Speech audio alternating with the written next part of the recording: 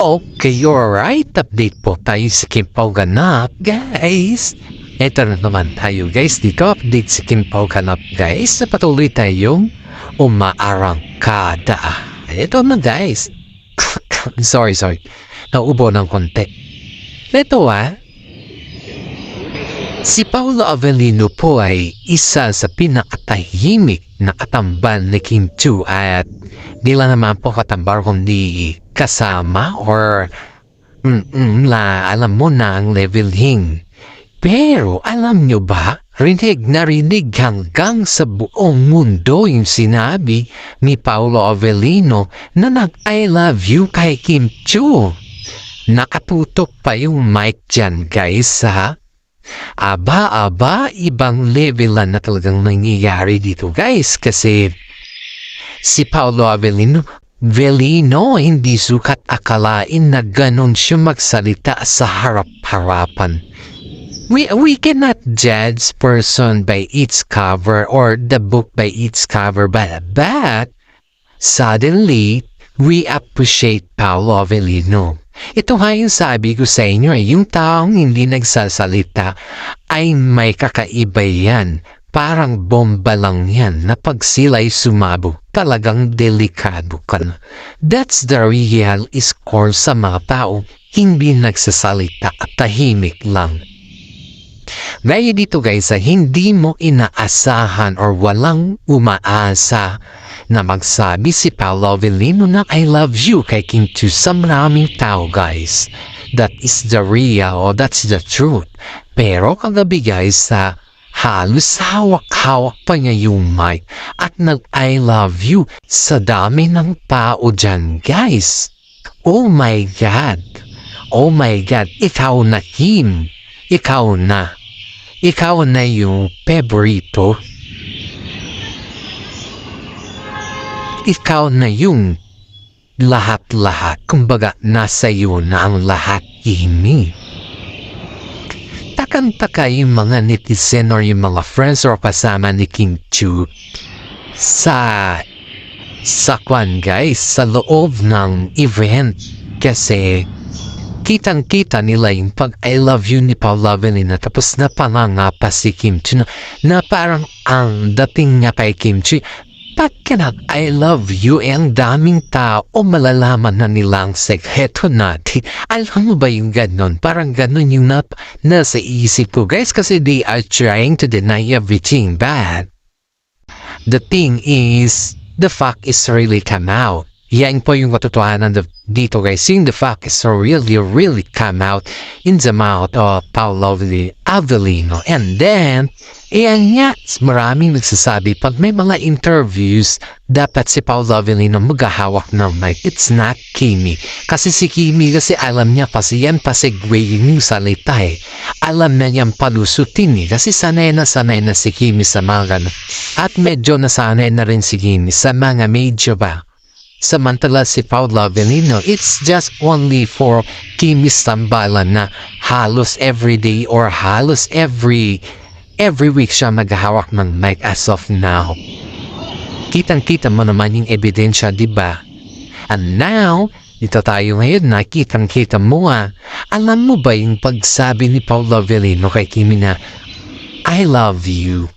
Aba, dun sa video, guys, talagang kahit slow motion mo siya, mas lalo pag gawin mo siya slow motion, guys, oh my God, kitang-kita mo yung pagkabigla ni Kim Chiu, yung pagnganga niya ng parang may nakita siya nakakaiba or na-surprise siya. Yung tao ba na nabigla or something new in her eyes or in their eyes is you talagang kita mo yung excitement or something na happiness, guys. Kitang-kita mo sa mukha ni Kim Chiu that time. Oh my God, halos lahat na pasigaw, guys, as in. Ayon dito sa ating legit na sources, guys, alam niyo kung sino daw yung kumuha dun sa video sa kanila na habang silang dalawa ay nag-uusap at hawak-hawak yung microphone. Because Kim Pao is the eye of beholder on that time. And yet, alam naman natin na they are launching their movies which is My Love Will Disappear, right? Kaya araw nila yun. And then, after that guys, after they are launching and everything in their movies, there's something event na yung bang nagjo-joke yung dalawa. At sinamahan naman ng mga kaibigan nila. And then, dun na nag-I love you si Paolo. You know the expression of each and everyone invited in that event, guys, is halos hindi daw sila makapaniwala. That's the real score. Hindi daw sila makapaniwala na mabanggit ni Paolo Avellino yung mga katagang ganon, which is hindi naman siya nagsasalita. Kahit nga daw yung tanongin mo siya kung ano yung mga ganon na bagay, is parang baliwala lang yun sa kanila. Yun yung mga katagang hindi mo maiiwasan na tanungin mismo yung sarili mo kung tama ba yung sinabi ni Paolo Avellino or nag-joke lang siya.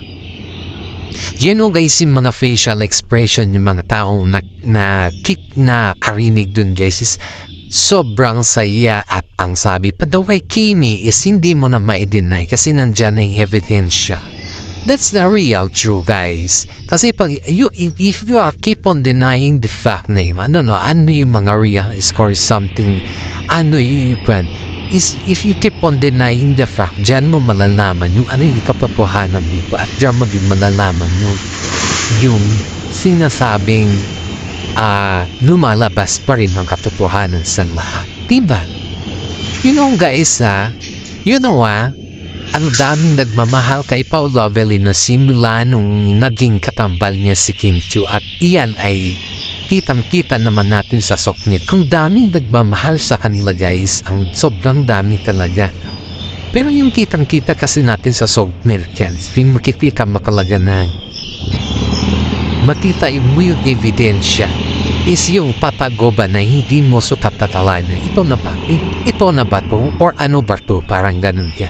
Pero dyan you ma-realize mo na in every senses of their gesture guys is may katotohanan na talaga. Every senses. Kaya nga ang sabi dito sabi ni Attila Khan making tonight na even though just only a time 2 years or just only yung hindi kahit sabi nito kahit 2 years or less than 3 years pa lang namin nakilala si Paolo Avellino, we do believe that we trust him pagdating kay Kim Chiu. And then masyado kasing loyal at humble si Pao kaya ina-admire namin siya. Ang dami kong friends na tinatanong kung kumusta naman daw yung level nila Kim Chiu at saka si Paolo Avellino. Pero as far as I know, nire-respeto ko yung kanilang level na sinasabi.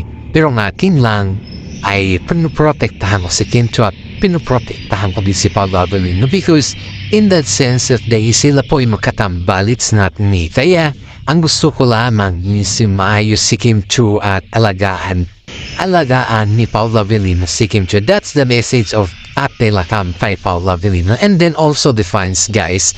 Kaya nung nag-message si Attila Khan ng ganyan is yung nung biglang may interview kay Paolo Avellino. Alam mo yung tipid na pagsagot ni Pao sa mga interview tapos sabay tingin kay Kim Chiu ay biglang parang may pahiwatig si Paolo sa mga nag-interview. Huwag mo, parang ganon. Huwag mo akong i-interviewin na on the spot kasi baka magsasabi ako ng totoo. Si Kimi na lang ang tanungin ninyo, hindi ako. Parang ganon. Alam mo, you know that, being true to yourself or being someone that you want to be with yourself. Kasi hindi mo talaga may ipagde-deny, hindi mo mai-deny. But yung magsinungaling ka or you just keeping yourself for the others' purposes, yung gaya ng dahil lang sa showbiz o sa management mo kailangan mo magsinungaling para hindi ka mabisto at para mas marami pa kayong papakiligin ba para humahaba yung inyong love team. If ganon yung sequel or ganon yung mga gusto ng mga love team kasi yung mga management nila is parang pakiramdam mo pakiramdam sumusunod ka na lang sa kanila. Sometimes nakakalimutan mo kung ano yung sasabihin mo sa media, and sometimes naman nasa set of mind mo din siya. Siyempre nga, pag ikaw kasi nagsisinungaling guys, pag nagde-deny ka on the spot of interview, you know what is the reason why, or you know na nagsisinungaling ka kasi yung isasagot mo magkaiba na dun sa isasagot mo sa another interviews. That is the very different guys pag ikaw ay nagsisinungaling. So guys, alam mo sino kumuha sa video sa kanila that time is yung friends nila, pero ayon dito sa ating legit na sources guys, masyadong malapit ito kila Kim Chiu at saka si Paolo Avellino. Friends talaga nila ito. Ito din yung kasama nila kung saan man sila mag-outing or kung anong man kung saan man sila pumupunta.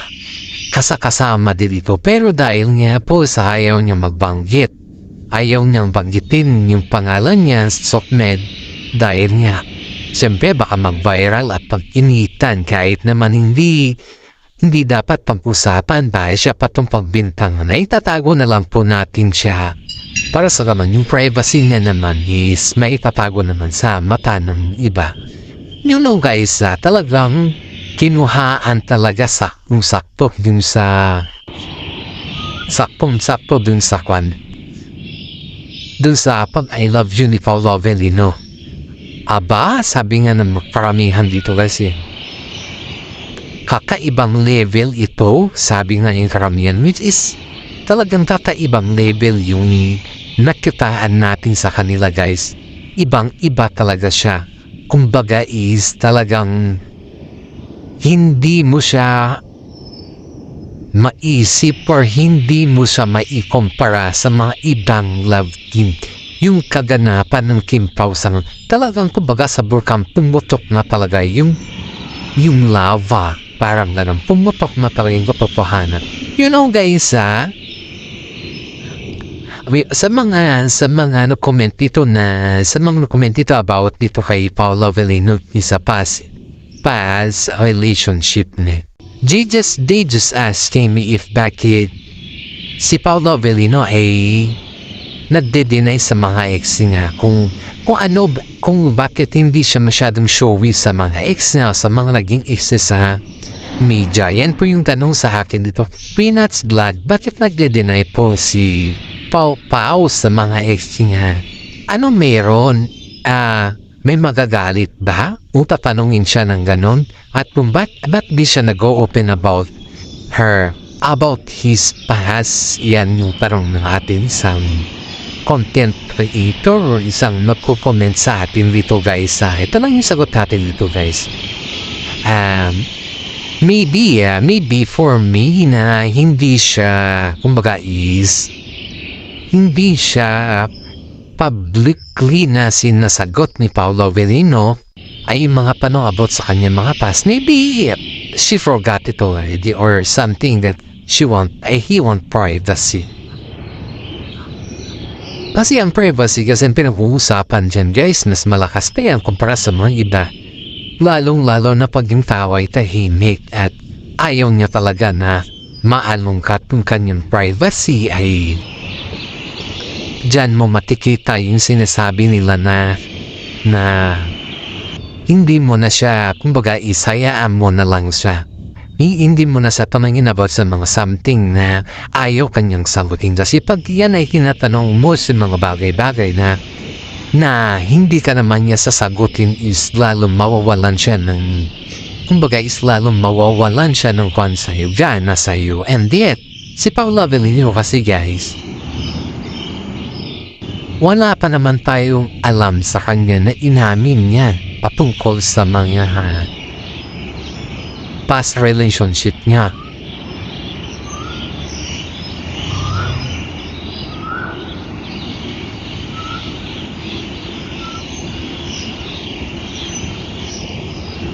Wala pa naman tayong alam dyan sa mga past relationship niya. Inamin niya ba? Wala pa. Pero ang dami sa mga fans nga na nakakaalam mismo sa kanya is mas marami ang alam ng mga fans patungkol sa kanya kumpara sa atin. Pero ito guys, dapat si Paolo Avellino ni umamin dyan kasi matagal naman na sila ni Kim Chiu eh. Pero ito kasing pinakmahirap, ayaw pa niya kasing magsalita basta pagdating sa mga ganyan na bagay. Ayaw ni Paolo Avellino na magsalita, yan yung diferensya dito. At iyan din yung ayaw ng mga iba pag tuwing ikaw ay tinatanong si Paolo Avellino patungkol sa mga ganyan na bagay is ayaw din magsalita si Paolo Avellino. Ayaw niya talaga, parang iniisip niya dito guys is hindi daw niya kailangan magsalita. Mag-iba, parang ang kwan kasi ang weird kasi kung iisipin mo na hindi mo kailangan magsalita sa mga bagay-bagay na gano'n. Parang ang weird na kasi masyadong nawiwirduhan ako. Na mga bagay-bagay na hindi ka magsalita ba?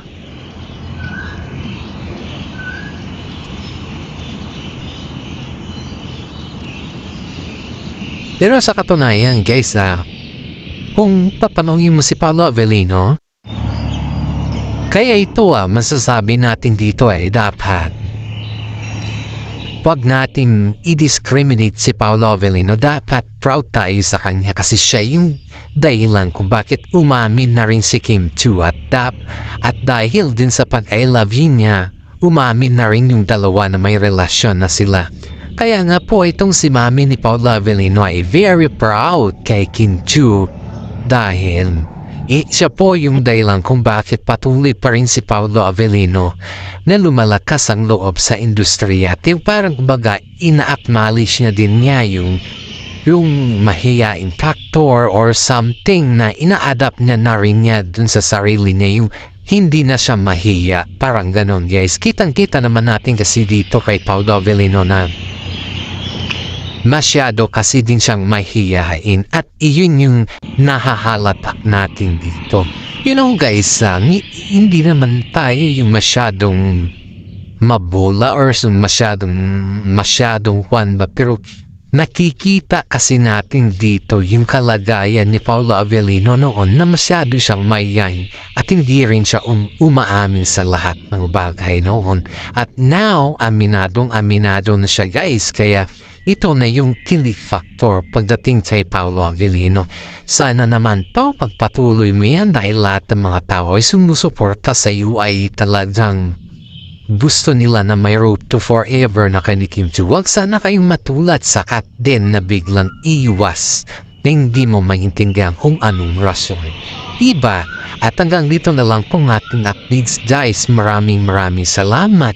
At God bless po sa ating lahat. Sana po ay nagustuhan ninyo ang ating updates at sana din po ay suportahan ninyo ang ating YouTube channel.